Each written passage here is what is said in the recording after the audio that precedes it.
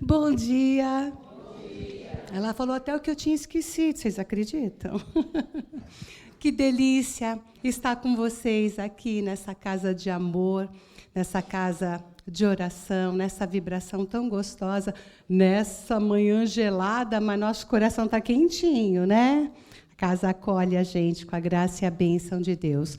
Gratidão à presença de cada um, gratidão, Neus, à oportunidade me dada de trabalho nesse ambiente onde quem mais recebe sou eu. Eu sempre falo que quando eu faço a palestra, o primeiro ouvido que ouve é o meu, então quem mais precisa ouvir é o meu, com certeza, né? Primeiro coração que sente é o meu. Antes de chegar para vocês, chega para mim. E, acima de tudo, a nossa gratidão a Deus, a Jesus, a nossa Mãe Santíssima, por estarmos juntos nessa manhã e que, ao final desse nosso encontro, possamos retornar aos nossos lares, principalmente vocês, dizendo, valeu a pena, com a graça e a bênção de Deus. E, nesse instante, eu rogo a Deus, nosso Pai, a Jesus, nosso Divino Mestre, a nossa Mãe Santíssima, a espiritualidade amiga, para que capacite em mim a minha habilidade, me permitindo falar do Evangelho de Jesus, com leveza, com alegria, com amorosidade, que esse Evangelho possa cumprir a missão dele, que é promover em nós as transformações necessárias. Que assim seja. Hoje nós vamos falar sobre laboratório, que é a família. Oh, meu Deus do céu, acho que não tem nenhuma família que não tenha os seus desafios, né? Eu gosto muito do Jorge Elahá, onde ele fala assim, ele compara a família com uma bisteca. A bisteca é aquela carninha de porco. Tem a parte de osso e tem a parte da carninha. Então, tem família que tem aquela bisteca, o osso é enorme. Tem só um pedacinho de carne. Tem outras que têm uma carne mais gostosa, tem umas gordurinhas, eu adoro gordurinha. Essa é a família. E por que tem o ossinho? Por que tem a carninha? Por que alguns têm a carne maior, outros têm a carne menor? Porque é através da família que nós temos ali o nosso primeiro núcleo social, onde nós encontramos uma escola, onde nós encontramos um hospital, onde nós encontramos um verdadeiro laboratório. O que a gente faz numa escola? A gente aprende. No hospital, a gente se cura. No laboratório, geralmente no laboratório, o que acontece? Opa, ali tem tudo que é necessário, né, para desenvolver experiências e chegar no resultado. Por que a família é esse laboratório? A família é lugar de encontros e reencontros.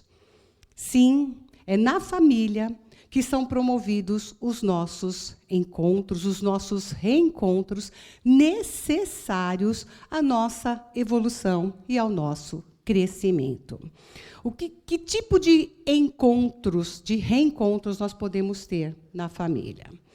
A família, ao longo da nossa jornada, ali, né, a doutrina espírita traz para a gente que nós somos criados simples e ignorantes, vamos chegar ali na perfeição, vamos ser felizes porque fomos criados para isso, mas entre essa trajetória, nós vamos, através de algumas existências, né, nós vamos aprendendo, a gente vai se relacionando, vamos criando vínculos de afetos, de desafetos, e a gente vai aprendendo.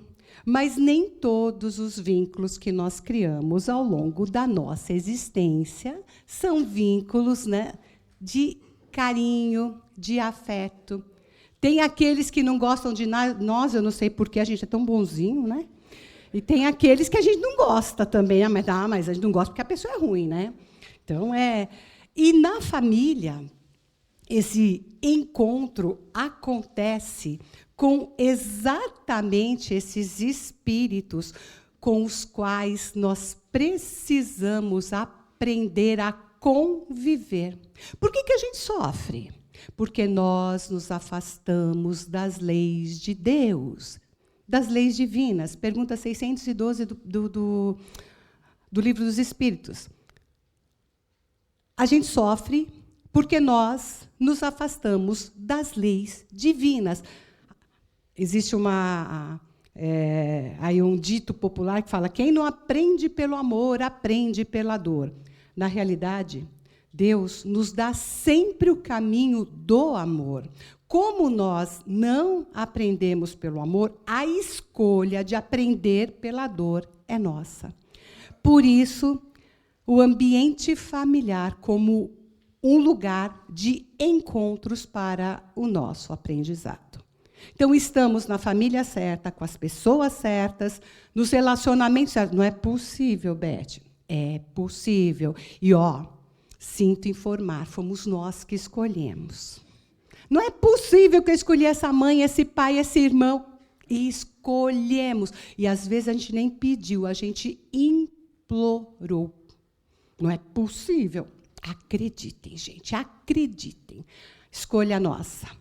Poucas vezes não são nossas escolhas. A gente só não escolhe, não participa do planejamento encarnatório quando nós estamos ainda num nível de total ausência de consciência da vida espiritual, que aí não tem jeito mesmo. Aí vem aquelas compulsórias. Você vai nascer aqui porque você precisa nascer aqui e vai ser desse jeito e acabou. Você não tem direito de opinar, de escolher.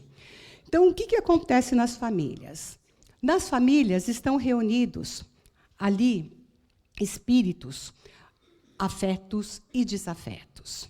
Lembrem-se, ao longo da nossa jornada, nós vamos nos relacionando e, ao longo desses relacionamentos, nós vamos construindo vínculos. O que são os espíritos afetos? São aqueles com os quais nós construímos vínculos de carinho, de amor, de verdadeiro afeto. E o que são os desafetos? São aqueles que nós não conseguimos construir esse vínculo de carinho. E por que estão ali conosco? Porque nós precisamos aprender a amar. Nossa, mas Deus é terrível, né? Sabe que eu não gosto da pessoa, vai colocar dentro da minha família. Sabe por quê? Porque não se é feliz enquanto não se aprende a amar. A chave da felicidade, qual é? Amor. Então, enquanto a gente não aprender a se relacionar, a amar, a respeitar, nós não seremos felizes. Não tem outro jeito de nós sermos felizes, a não ser através do amor. Então, por isso que nós estamos reunidos ali. E esses vínculos de desafeto, eles são formados por alguns são mágoas, a gente pode estar magoado, e outros são raiva mesmo, ódio. Agora, olha só, os vínculos de mágoa, por mais que a gente relute ali, tem a ver com amor. A gente só se magoa com alguém que a gente gosta. E por que a gente se magoa? Porque a gente criou uma expectativa, a pessoa vai fazer isso, vai fazer aquilo. E a pessoa não faz, não age como nós queremos. Então, a gente se decepciona, a gente magoa. Você não vai dizer assim, tem uma mágoa desse assaltante que levou minha bolsa. Não vai. Você vai falar, tem uma raiva dele, né? Percebe a diferença? A gente se magoa com aquelas pessoas que nós criamos algum vínculo. Então, é o amor que adoeceu. O que é mágoa? Água. Nosso corpo, o que é? 70% de água. Por que a gente tem que tratar essa mágoa? Imagina uma má água correndo pelo meu corpo, passando aí por minhas artérias, por todos os meus órgãos, adoece, a ciência traz. A gente começa a ter doenças, fibromialgia, dores, começa a ter, dói aqui, dói aqui, dói aqui. Porque a dor está na alma, que se manifesta no corpo. Então, nós precisamos, percebe como nós precisamos aprender a amar? Por quê? Nós fomos criados para o amor. Nós temos em nós a centelha divina. Não tem como fugir disso. Então, nós temos ali na família os desafetos. Alguns formados pela mágoa e alguns formados por raiva. Aqueles relacionamentos que nós vivemos e que nós criamos vínculos rancorosos. E por que a gente esquece tudo? Por que quando a gente reencarna, a gente passa pelo véu do esquecimento? Porque eu não teria condições de ter nos meus braços uma criança ali que eu olho com tanto amor, meu filho tão lindo. E lembrar que essa criança, lá atrás, me matou, roubou meu marido, ou fez alguma coisa com meu filho. Nós não conseguimos. E é muito interessante, porque a gente esquece o que nós fizemos e o que nos fizeram. Mas nós não nos esquecemos o que nós somos. Está gravado dentro de nós. Então, às vezes, a gente precisa tomar muito cuidado com o castigo que, às vezes, a gente vai dar para um filho, para uma filha, né? Às vezes, a gente pega lá um chinelo lá para dar... Nossa, minha mãe tinha uma pontaria, gente, vocês não fazem ideia, viu? Não adiantava eu correr. Não adiantava correr. Danadinha, devia participar lá dos eventos lá, porque, nossa senhora, sabe? Tinha um tiro ao alvo. Perfeito, perfeito. Precisamos tomar cuidado, porque às vezes a gente tem 3 filhos, os 3 fizeram arte lá, para um a gente dá um castigo e vai tentar dar o mesmo. Um a gente dá uma chinelada mais de leve, o outro a gente já bate com um pouco mais de força, e aqui tem aquele que a gente realmente dá, sabe, com peso da alma, porque sem que nós nos demos conta, está gravado em nós a raiva que nós temos, está gravado no nosso espírito, a gente não se dá conta, cai a consciência, cai a razão, e quando a gente percebe, a gente passou do limite. Então, muito cuidado, porque na hora em que nós estamos ali com a emoção aflorada, nós estamos sem consciência. Então, primeiro tipo de encontro que a gente tem, exatamente esse, com os espíritos com os quais nós temos desafetos. E precisamos aprender. Prestem atenção, gente. Esses desafetos não é para a gente ensinar o outro a me amar. É para eu ensinar a mim a amar o outro. Eu não tenho poder sobre a ação e reação do outro.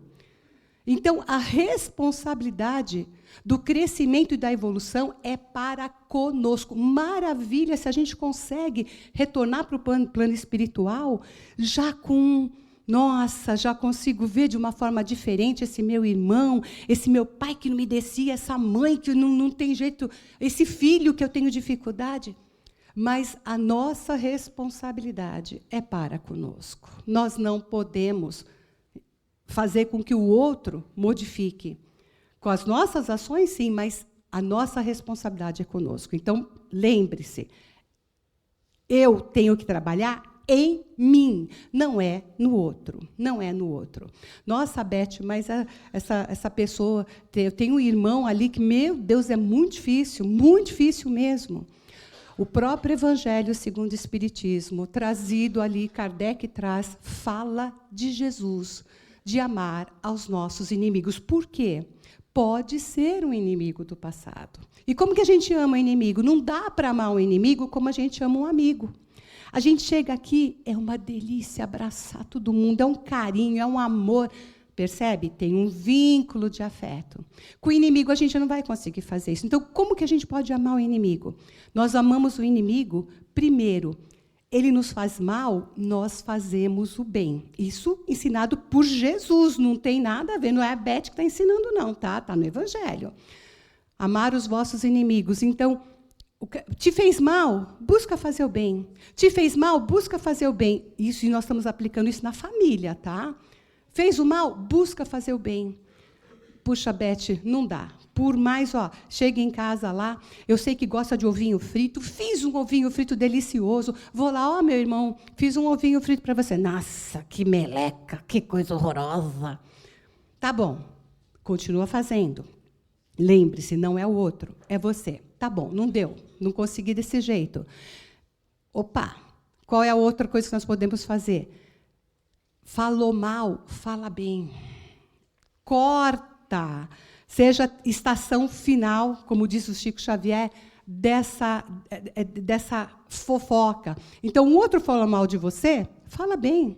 O outro falou mal, fala bem. O outro falou mal, fala bem. É uma forma de nós amarmos e estarmos cortando esse vínculo. Cortando esse vínculo. E a terceira forma qual que é? Orar por aquele que nós não gostamos. Gente, não é fácil orar por aquele que a gente gosta. Que a gente começa assim. Ai, Deus, protege meu irmão, vai se danar. Putz, grilo, viu? Que raiva, né? Mas protege ele, tá? Né? Ó, Deus, protege, cuida da minha irmã. Ai, mas que ela não apareça na minha frente. Não quero ver. Percebe como é difícil? Porque oração é a nossa conexão com Deus. Então, nós precisamos fazer isso e realmente emanando luz para a pessoa. Então, é o nosso primeiro desafio na família ali. Os desafetos. Mas família não tem só ossinhos, são os ossinhos, perceberam? Tem algumas que têm os ossos. Nossa, Beth, na minha só tem osso. Não, eu juro que não tem, gente, porque Deus é tão maravilhoso que Ele manda espíritos bons ali para nos fortalecer, para nos ajudar. São os afetos. Aquelas almas com as quais nós temos vínculo. Uma coisa muito importante para lembrar, tá? Beth, mas aquela pessoa que fez algum mal para mim, eu sempre vou criar vínculo com ela? Não. Se o A fez mal para o B, eu fiz mal para a Neuza, não criou vínculo. Como vai criar vínculo? Se a Neuza ficar com raiva de mim. Se a Neuza se magoar de mim. Aí criou vínculo. Tá? Mas se eu fizer o mal e a Neuza fala, putz, nossa, tudo bem, Deus, está na tua mão, eu sei que a Beth me prejudicou, tudo, mas ela está no nível dela, deixa ela. A Neuza se desvincula de mim. Porém, não significa que eu não vou responder pelos meus atos. Por quê? Eu não devo para ela. Eu devo para quem?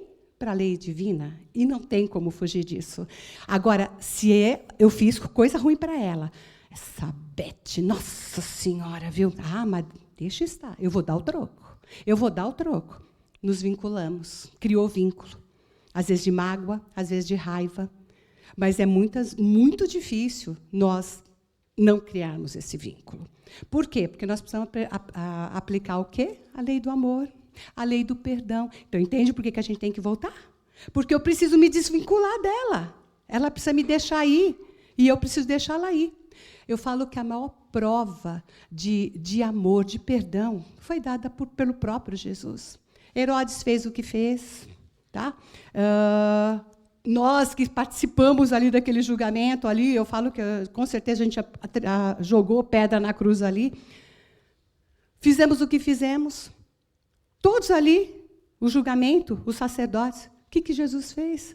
Senhor, perdoa-os. Eles não sabem o que faz. O que Jesus fez nesse momento? Ele se livrou de nós. Ele se livrou de nós. Ele cortou todo e qualquer vínculo.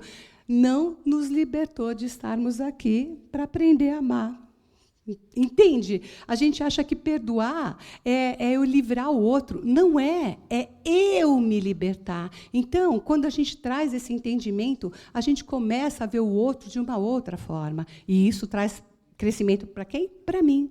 Então, nos afetos, nós temos 2 tipos de afetos. A gente tem aquele afeto que é cúmplice. Ai, como é gostoso ter um cúmplice na família, né? Você olha para a pessoa já entende o que você está falando, né?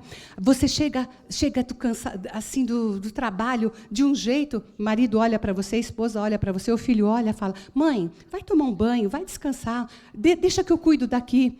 O pai tem que ir no banco, pai, deixa que eu vou lá para você. A esposa, não, bem, deixa que eu faço. O marido, não, amor, vai descansar um pouquinho. É uma delícia esse tipo de afeto cúmplice. Mas dentro da família a gente tem um outro tipo, que é afeto, mas são afetos frágeis. O que são esses afetos frágeis? Geralmente é com o filho. Sabe aquele filho que já começou, está na 4ª faculdade, faz o 1º ano? Não é isso que eu quero, não me encontrei ainda. Não quer trabalhar, não quer estudar. E a gente até fica brava com ele, mas até a bronca que a gente dá é diferente. Porque tem um carinho, a gente consegue ter um nível de paciência que, se fosse o outro, a gente falava assim, mas é um vagabundo mesmo, vai para trabalhar. Percebe a diferença? Isso são afetos, porque nem todos os afetos são com pessoas que têm, com espíritos que têm aquele padrão. Nem todos, mas a gente gosta. Então, nós falamos até agora de os vínculos de afetos e desafetos, encontros, família material, aqui, nesse plano material. Então, quando chega alguém na família, a gente olha e fala, nossa, quem será que é, hein? Quem será que é esse vô, essa avó, esse sobrinho, essa sobrinha, esse filho, essa filha? Quem será que é? E lembrem-se, a família consanguínea, aqui, nós não temos como nos desvincular, por mais que a gente se afaste, fique com raiva, tudo. Por quê? Não existe ex-irmão, é minha ex-irmã. Não existe ex-mãe, ex-pai. Não existe. É o meu ex-sobrinho. Não existe. Existe ex-marido. Existe ex-esposa. Minha ex-sogra. Mas os outros não. Então, é um laboratório divino de experiências para o nosso crescimento. Mas, até agora, nós falamos dos encontros aqui da família terrena. Mas nós não temos só a família terrena. Esses são os encontros da chegada. A gente chega aqui, monta a família dessa forma, que é planejado no plano espiritual. E outra coisa, o que vem de planejamento do plano espiritual não significa que é engessado e vai acontecer. Não. Não significa. Seria o melhor acontecer. Mas nosso livre-arbítrio vai nos permitir, opa, se eu vou fazer, eu não vou fazer. Às vezes, no planejamento espiritual, falar, Beth, você vai nascer, você vai se casar com fulano, você vai ter 2 filhos, você não vai trabalhar, você vai cuidar das crianças, porque você tem isso para poder fazer. Planejamento ideal, só que é o meu planejamento, que está envolvendo outros que também têm um planejamento.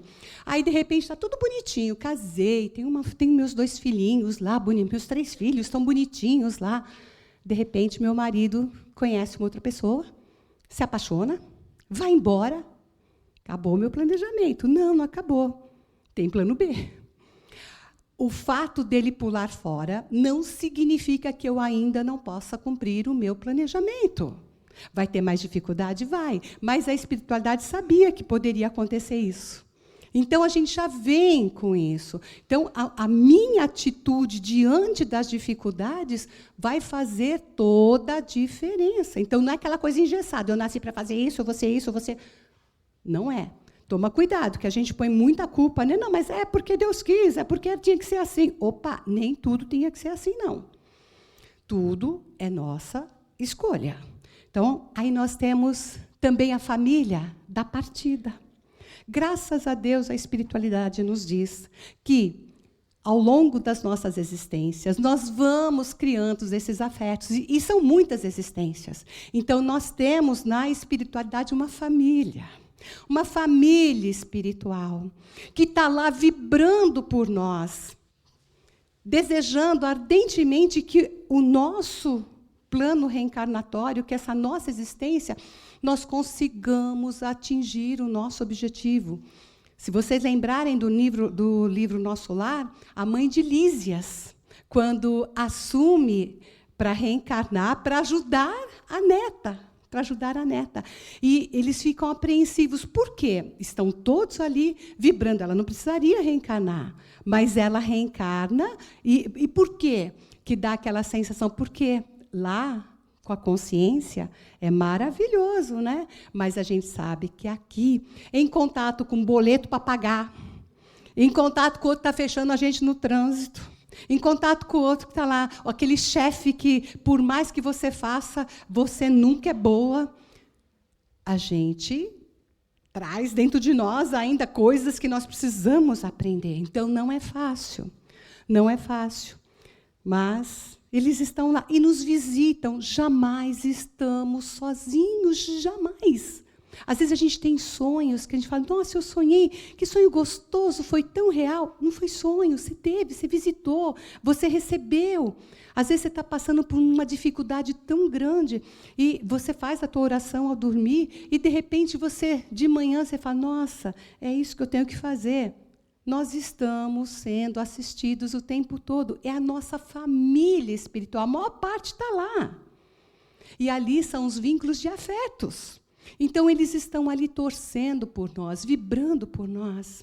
E isso traz meu Deus, um acalento no nosso coração.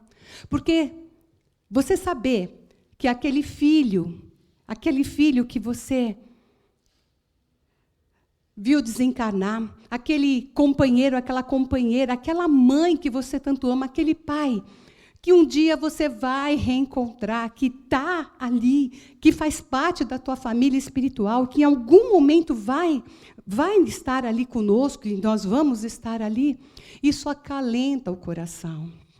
Emmanuel traz para a gente que, na vivência material, a maior prova que nós passamos é a prova do luto. E dentro da prova do luto, a maior prova, a maior dor é o luto de um filho. E nessa mensagem que ele traz ainda, é uma mensagem linda, chama-se Diante da Morte.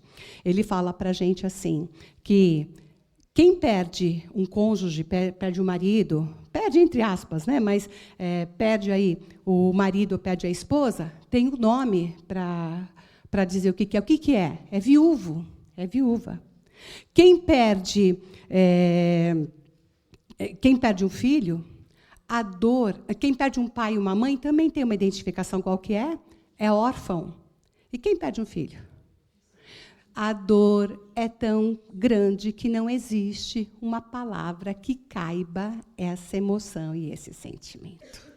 Então, é uma das dores mais difíceis que nós passamos aqui, no planeta Terra, encarnados. Porque nós ainda temos uma dificuldade muito grande de lidar com a morte. Sabe, você não vê mais, de você não pegar no colo aquela criança, de não abraçar aquele filho, não sentir mais aquele cheiro, de entrar no quarto do filho, ver as roupas ali, tudo. A dor é insuportável se nós não temos a fé e a esperança. E eu falo, bendita doutrina. Jesus foi... Simplesmente, uma das faces de Jesus é o Consolador. Né? Por que a gente sabe que ele também foi Consolador? Porque quando ele nos disse que, no momento certo, ele iria enviar o Consolador, um outro Consolador, ele fala, porque ele foi o primeiro Consolador. Então, um outro Consolador. E olha o nome, Consolador. O que o Consolador faz? Consola a dor. Bendita doutrina, não tira a nossa dor. Ela não tira, gente. Mas ela consola. Naqueles momentos que você sente o perfume da pessoa, que tudo que você queria, aquele abraço, que você queria que a porta se abrisse e a pessoa entrasse. A dor é tão intensa que, bendita doutrina, que consola a dor, que a gente sabe que não é nunca mais. É até logo, até breve. Eu costumo falar para o meu marido partiu faz 1 ano e meio. Eu falo para ele, amor, eu morro de saudade de você. Meu Deus, como eu sinto tua falta, mas não estou com a pingo de pressa de ir para aí, hein? Vai preparando aí, fica aí. Eu não estou com pressa de ir para aí, não estou mesmo. Tem muita coisa para fazer aqui.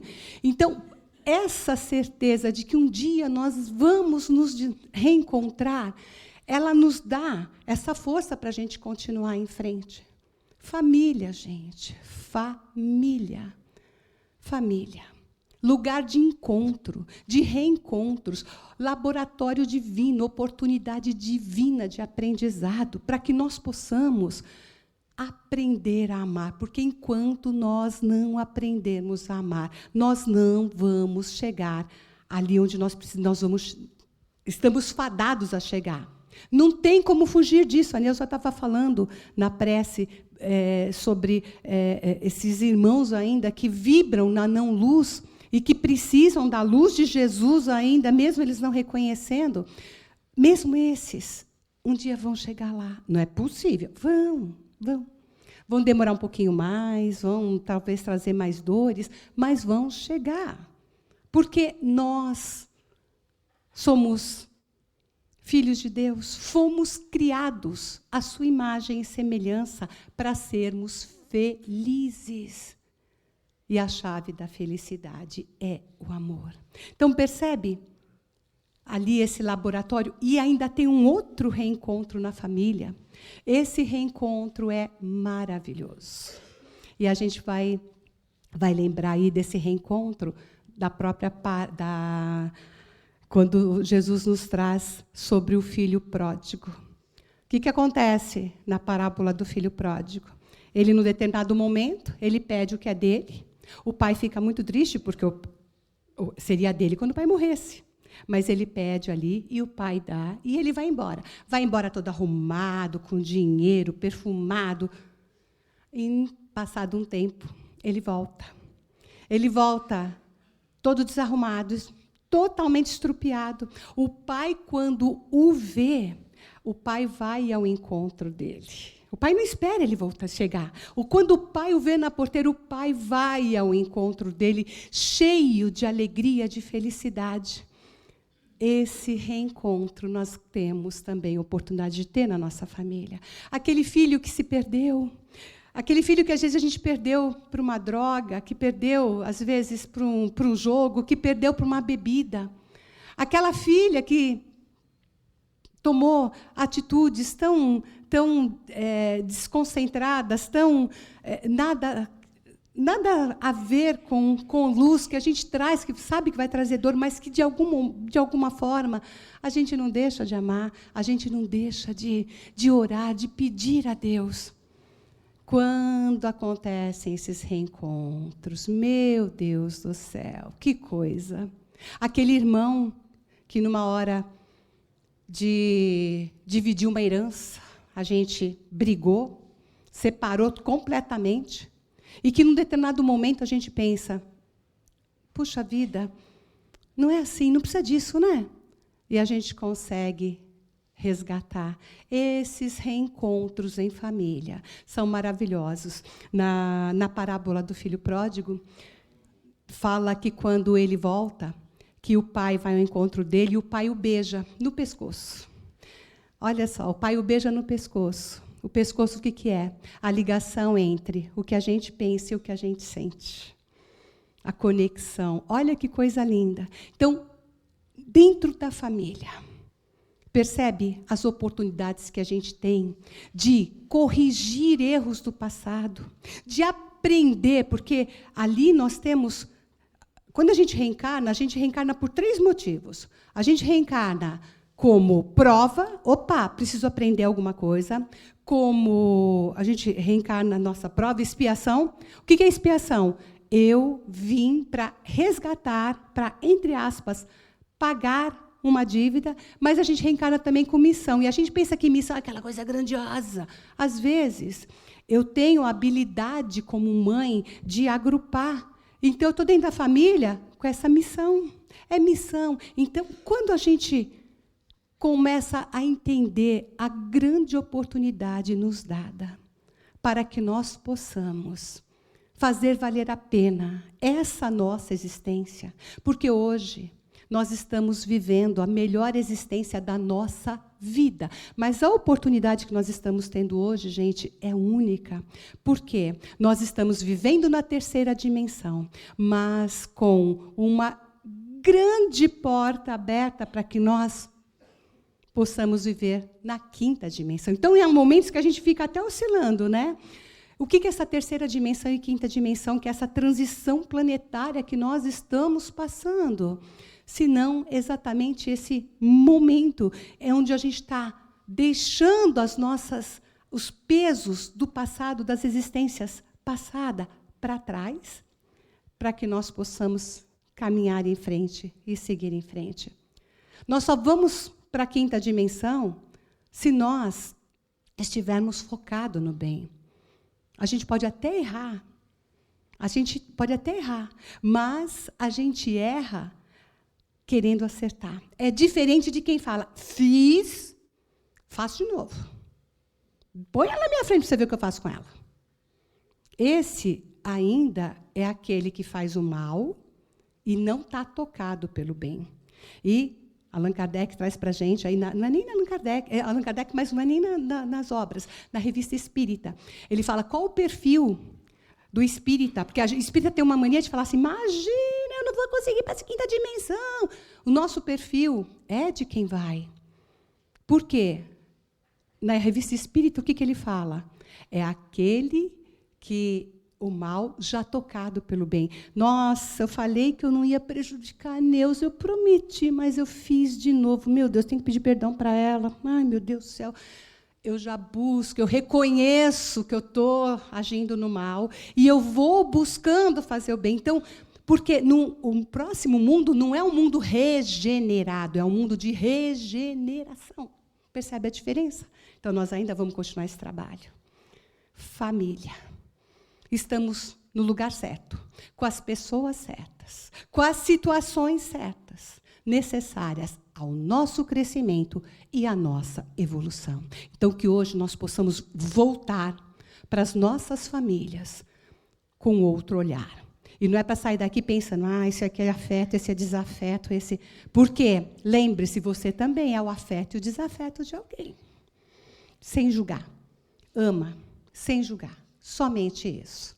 Que o nosso evangelho de hoje possa nos permitir essa reflexão e trabalhar em nós, não é no outro, o que nós precisamos trabalhar para fazer valer a pena essa nossa existência. Gratidão imensa pela presença de cada um, sintam-se abraçados. Gratidão imensa, Neuza, pela oportunidade e, acima de tudo, gratidão, nossa Mãe Santíssima, ao nosso Mestre Jesus e ao nosso Pai maior.